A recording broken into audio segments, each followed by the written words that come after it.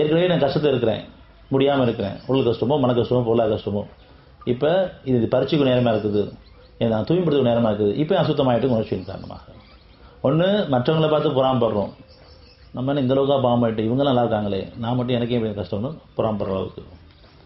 இல்லைன்னு சொன்னால் அவங்க மேலே கோபதாபங்களோட அந்த நேரத்தில் கூட நம்ம உடம்பு சரியான முதல்ல வந்து இவங்களை போய் வச்சுக்கணும் அப்படி வச்சுக்கணும் அப்படின்னு சொல்லி திட்டங்களை போட்டிருக்கணும். என் நிலைமையே எனக்கு மனசு அலக்கழிக்குது, அலபாயுது, பாரமாயிடுச்சு, என்னுடைய எனக்கு சுமையாயிடுச்சு அப்படின்னு சொன்னால் நான் என் பாவத்தில் மீள்றதுக்கான வழியில் ஒவ்வொருத்தரும் தனித்தனியாக ஆமுகம் திரும்பி இந்த குணக்கேட்டில் நீக்கி நன்மையான வாழ விரும்புறதுக்கு பதிலாக உணர்ச்சிகள் அந்த சோதனையான உணர்ச்சிகளை சேர்த்தான் தோண்டி விட்டுட்டு கோவப்பட்டுருவோம். வீட்டு குடும்பத்தார் மேலே, அல்லது நம்ம உதவியாளர்கள் மேலே, அல்லது நம்ம பிடிக்காதவங்க மேலே அங்கே ஆதங்கத்தை உள்ள வச்சுக்கிறோம்.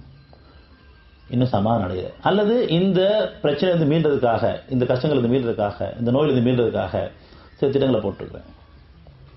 அல்லது கஷ்டங்கள் எனக்கு வந்ததுக்கு காரணம் நான் மற்ற மனிதரை சொல்லிட்டு இருக்கிறேன், அல்லது இறைவன் மேலே பைய போட்டுரும். எல்லாம் என் தலையெழுத்து, இறைவன் வீழ்ச்சிட்டான், நல்லவங்களுக்கு சோதனை வரதான் செய்யும், இப்படியெல்லாம் நம்ம பேசிக்கிட்டு நினச்சிட்டு இருப்பதன் காரணமாக ஒவ்வொரு நாளும் அந்த பிரச்சனை அதிகமாயிட்டு இருக்கு. கஷ்டங்களும் துன்பங்களும் துறைகளும் தொடர்ந்துட்டு இருக்கு.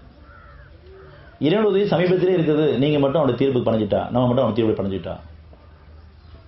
அதே நேரத்தில் மீள்றதுக்கு அவன்கிட்ட நான் சரணடைச்சிட்டோன்னு சொன்னால் அவன் உதவி சமீபத்தாது. எங்கெல்லாம் முனிச்சு போகிறோம் தெளிவான் இருக்கு. இப்போ நமக்கு அதிகமாக கோவப்படுறதும் உணர்ச்சி போகிறதும் இந்த செல்ஃபோன்ற ஒரு விஷயத்தானுடைய உபகரணங்களை கொண்டு நம்ம அதிகமாக கோவப்படுறோம். ஒரு ஃபோன் வந்தது, நம்ம யாருக்கோ பண்ணுறோம், அவங்க எடுக்கலன்னு சொன்னால் கோவம் வந்துடுது, வைக்கும் போது கோவமாக தான் வைக்கிறோம். அதில் பிஸியாக இருந்துச்சு இன்னும் கோவம் வருது. என்ன சூழ்நிலை இருக்குதுன்னு தெரியாது யாருமே. நமக்கு அந்த சூழ்நிலை வரும்போது தான் நமக்கு புரியும். நம்ம அந்த மாதிரி சில நேரங்களில் ஃபோன் உடனே வைக்க முடிய மாட்டேங்குது, இல்லை உடனே எடுக்க முடிய மாட்டேங்குது.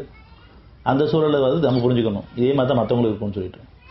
ஆனால் நாமளோ நம்மளை கவனிக்காமல் மற்றவங்களை மட்டுமே இந்த மாதிரி கஷ்டம் ஏற்படும்போது அவங்கள பற்றி கோபதாகத்தோடு இருக்கும். இதை மதிக்க மாட்டேங்கிறாங்க, ஃபோன் பண்ணால் ஒன்றும் எடுக்க மாட்டேங்கிறாங்க.